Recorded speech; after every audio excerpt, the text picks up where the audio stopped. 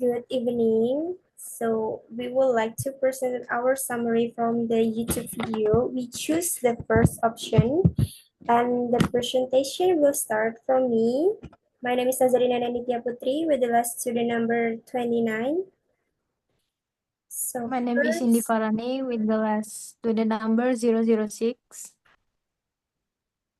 And my name is Indar Jatana Alia with the last student number 087. next. So first, I would like to explain about three steps of language acquisition. So this method is from Steve Kosman. So he's proposed three steps of language acquisition. First step is connecting with the language. Step 2 is getting comfortable with the language. Step 3 is constant improvement. Next. So first step is connecting with the language. This step to initial exposure to the language through listening and reading. This method is use content like mini stories that repeat common verbs, conjunction, and verbs, and also aim to absorb language naturally. And for optional, you can learn with tutor once a week, though not necessary. And for this duration of this step take about 3 months, depending on familiarity with the language and its writing system. And the second step is getting comfortable with the language. This step is focused on expand vocabulary. The method is continue listening and reading. Now with the intermediate level, materials like conversations, podcasts, or simplified nonfiction, and gradually move toward more authentic materials while addressing unknown words. Also increase interaction with the tutor. And for the duration of this step is approximately 6 months or twice as long as stage first. And next step is constant improvement. Next, this step achieve fluency and comfort in understanding and using the language. And for this method of this step is engage with authentic materials in areas of personal interest, such as like books or podcasts, and then expand vocabulary continuously and refine grammar through context and curiosity. And next is increase speaking opportunities with tutors or immersion in a country where the language is spoken. And the duration of this method is ongoing by 9 to 12 months. Learners typically reach a level of comfort where they can continue improving independently. And next.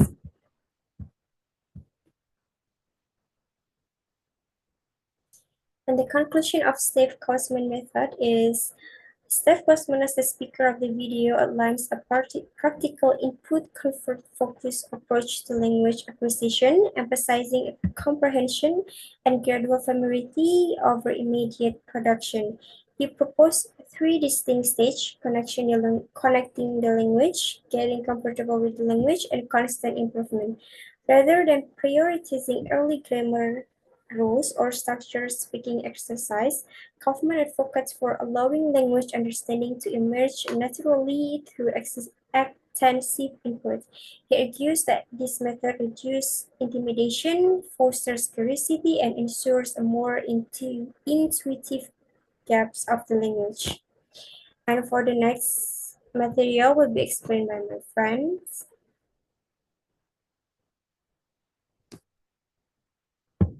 And next material is about cognitive advantage of bilingualism by Maria Polinsky. Next. So first we have to know what is bilingualism. Bilingualism is the ability to speak two language.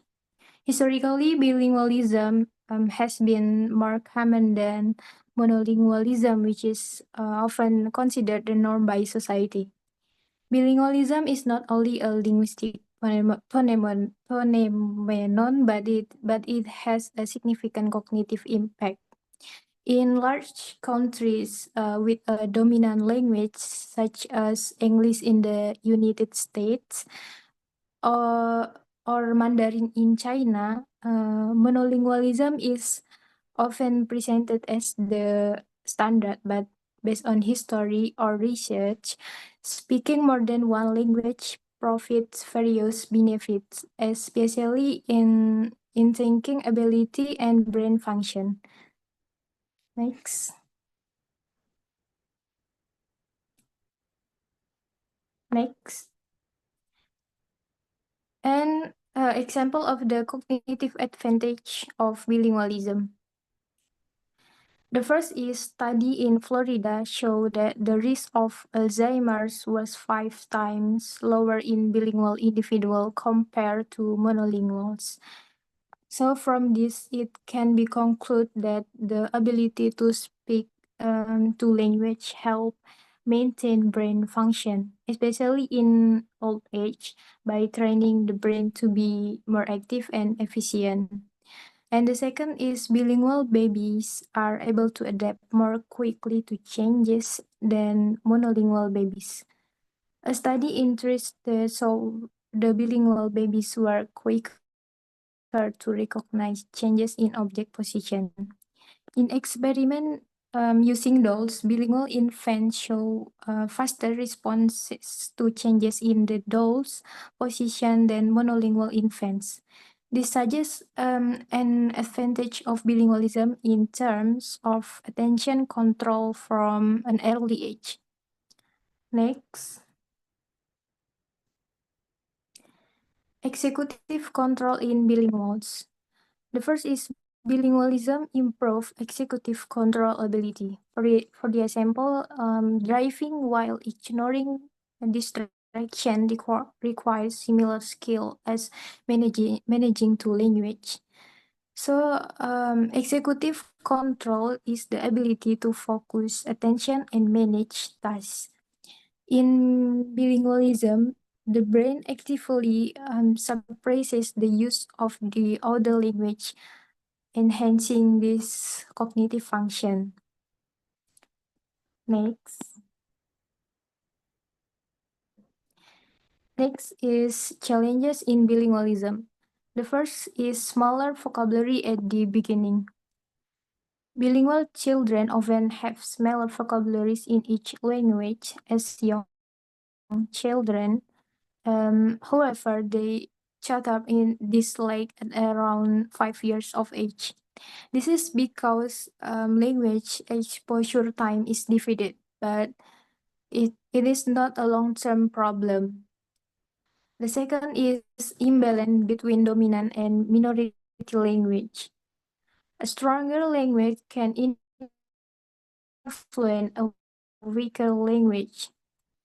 This is called transfer or interference. With sufficient exposure. Next.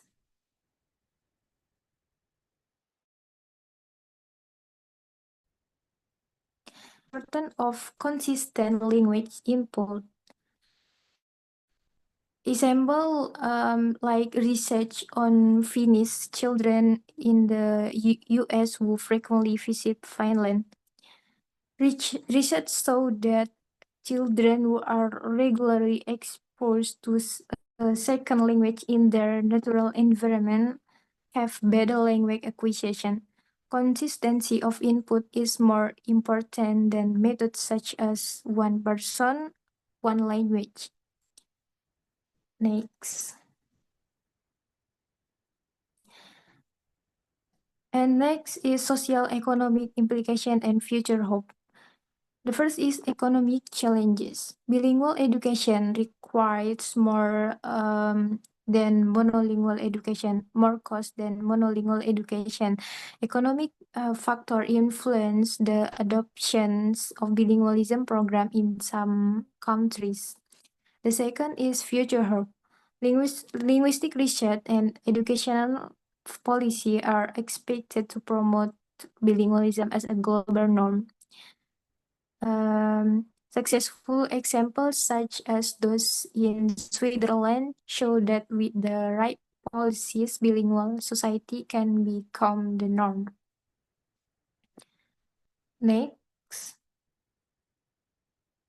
and last, the conclusion. Maria Polinsky concludes that bilingualism is not just about mastering two languages, but also about building a healthier brain and culturally richer society. Educational and policy support is needed to create a more multilingual and inclusive world. And the second, challenges can be overcome with the right strategies, such as increasing language exposure from an early age. And the last, bilingualism provides significant cognitive benefits, including prevention of degenerative disease and increased adaptability.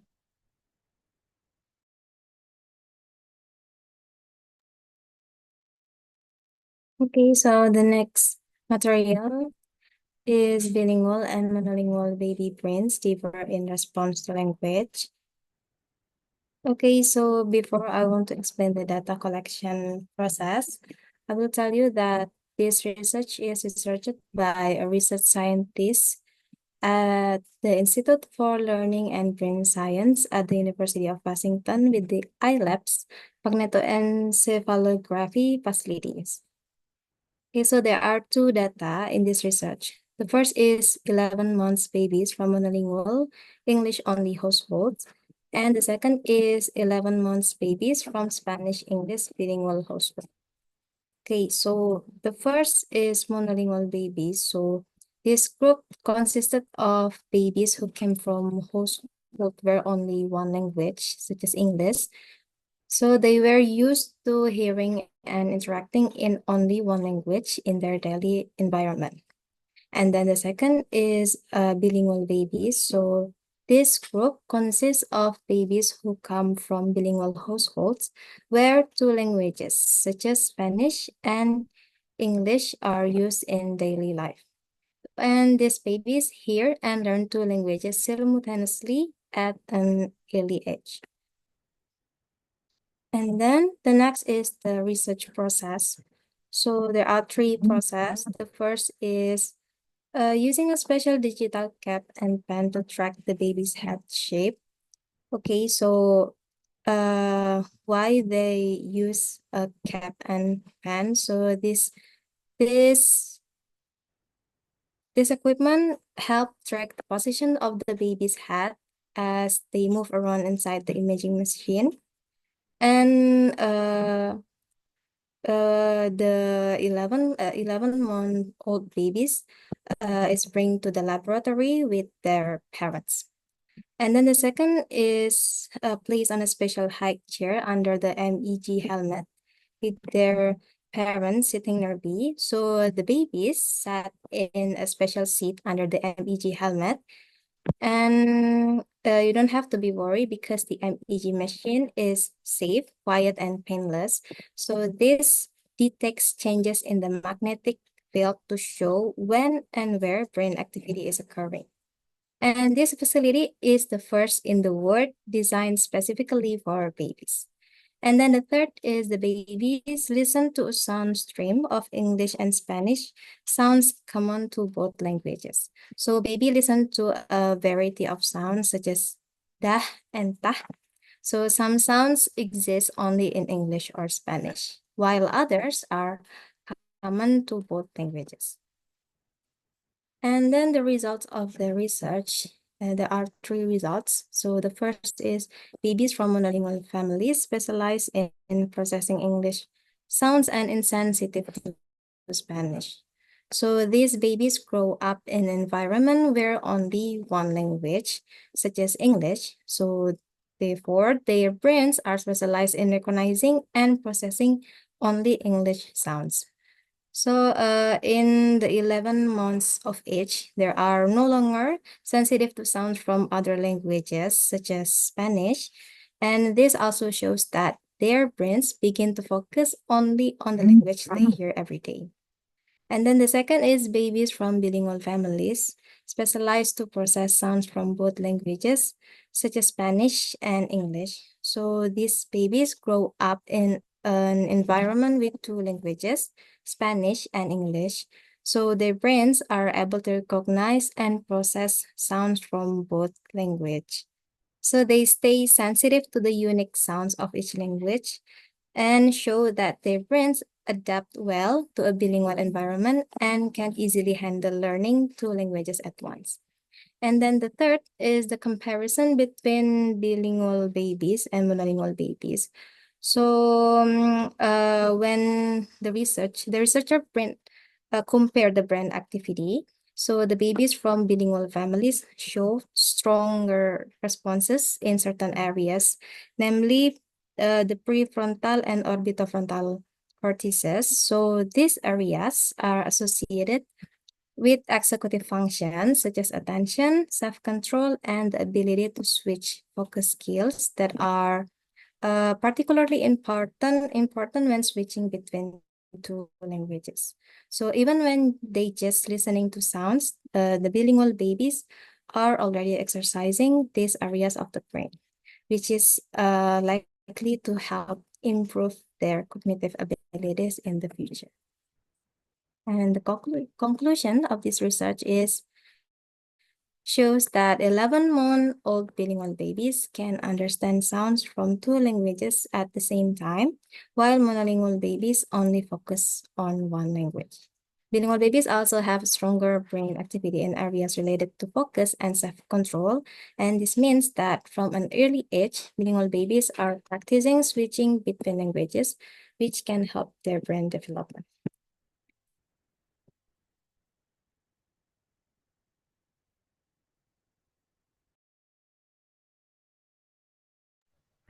I think that's all from our presentation from the video in the first option. And thank you very much for your attention and for listening. Bye bye. Kok ngakak?